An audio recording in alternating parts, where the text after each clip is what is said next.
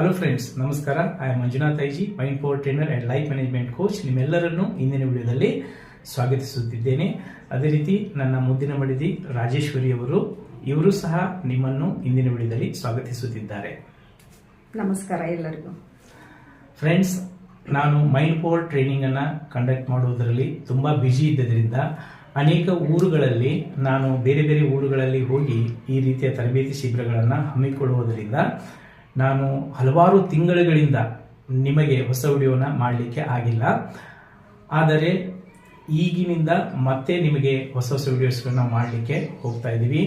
ನನ್ನ ಜೊತೆಗೆ ನನ್ನ ಮುದ್ದಿನ ಮಡದಿ ರಾಜೇಶ್ವರಿಯೂ ಸಹ ಹೊಸ ವಿಡಿಯೋಗಳನ್ನು ನಿಮ್ಮೊಂದಿಗೆ ಪ್ರೆಸೆಂಟ್ ಮಾಡಲಿಕ್ಕೆ ಹೋಗ್ತಾ ಇದ್ದಾರೆ. ಇವರು ವಿದ್ಯಾರ್ಥಿಗಳಿಗಿರಬಹುದು ಮತ್ತು ಎಲ್ಲ ರೀತಿಯ ಜನರಿಗೆ ಇರಬಹುದು, ವ್ಯಕ್ತಿತ್ವ ವಿಕಸನಕ್ಕೆ ಸಂಬಂಧಪಟ್ಟಂತಹ ಮತ್ತು ಜೀವನದ ಅನೇಕ ವಿಷಯಗಳಿಗೆ ಸಂಬಂಧಪಟ್ಟಂತಹ ಅನೇಕ ಒಂದು ವಿಡಿಯೋಸ್ಗಳನ್ನು ಹೊಸ ಹೊಸ ವಿಚಾರಗಳೊಂದಿಗೆ ನಿಮ್ಮೊಂದಿಗೆ ಪ್ರೆಸೆಂಟ್ ಮಾಡಲಿಕ್ಕೆ ಹೋಗ್ತಾ ಇದ್ದಾರೆ ಮುಂದಿನ ದಿನಗಳಲ್ಲಿ.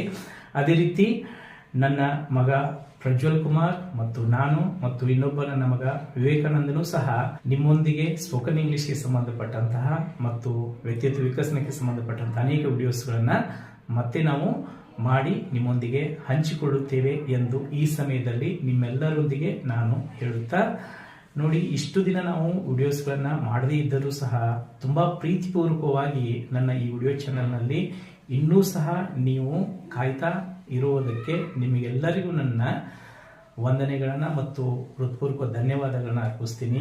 ಫ್ರೆಂಡ್ಸ್, ನಿರಾಶೆ ಮಾಡದೆ ಖಂಡಿತವಾಗ್ಲೂ ಮುಂದಿನ ದಿನಗಳಲ್ಲಿ ಹೊಸ ಹೊಸ ವಿಡಿಯೋಸ್ಗಳನ್ನ ಮಾಡಿ ನಿಮ್ಮ ಮುಂದೆ ಪ್ರೆಸೆಂಟ್ ಮಾಡುತ್ತೇವೆ ಎಂದು ಈ ಸಮಯದಲ್ಲಿ ನಿಮಗೆ ಭರವಸೆಯನ್ನು ಕೊಡುತ್ತಾ, ತಾವೆಲ್ಲರೂ ಪ್ರೀತಿಪೂರ್ವಕವಾಗಿ ಈ ವಿಡಿಯೋನ ಇಲ್ಲಿ ತನಕ ವೀಕ್ಷಿಸಿದ್ದಕ್ಕಾಗಿ ತಮಗೆ ಧನ್ಯವಾದಗಳು.